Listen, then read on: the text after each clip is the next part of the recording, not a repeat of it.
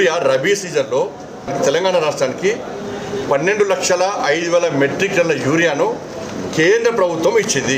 మీరు ఎంత వాడుకున్నారు? దాన్ని 9 లక్షల మెట్రిక్ టన్నులు వాడుకున్నారు. ఇంకా 3 లక్షలు ఆల్రెడీ మిగిలింది. సరే, 1 లక్ష అటు ఇటు పోనీ, ఇంకో 2 లక్షల మెట్రిక్ టన్నుల యూరియా ఉంది కదా, దాన్ని వాడుకోలేక ఎందుకు ఇవాళ మీరు నిర్లక్ష్యం చేస్తున్నారు?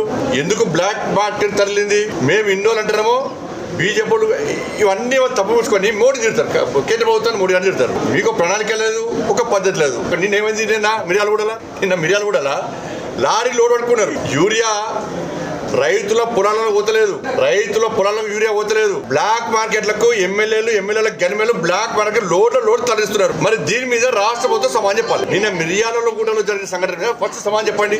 ఇట్లా దొరికింది ఒకటి. కాంగ్రెస్ లో చాలా ఎక్స్పర్ట్స్, ఎందుకంటే వాళ్ళు దీనిలో చాలా 40-50 సంవత్సరాలు దేశాన్ని రాష్ట్రం పాలించేవాళ్ళు.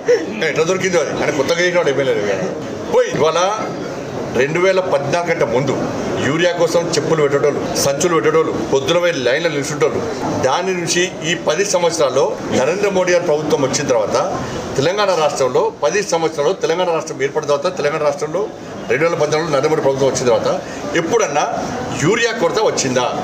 ఈ 10 సంవత్సరాలు. ఈ సంవత్సరం ఎందుకు వస్తున్నది? ఒక ప్లాన్ లేదు. రబీ సీజన్లో వాళ్ళు వాడుకున్నటువంటి యూరియాకు లెక్కపత్రం లేదు. దాన్ని కప్పిపుచ్చుకోవడానికి మోడీ ప్రభుత్వం ఇస్తలేదు, కేంద్ర ప్రభుత్వం ఇస్తలేదు. అన్ని కేంద్రం ఇస్తాకే మీరు ఎందుకండి తెలంగాణ రాష్ట్రం చెప్పరాదు.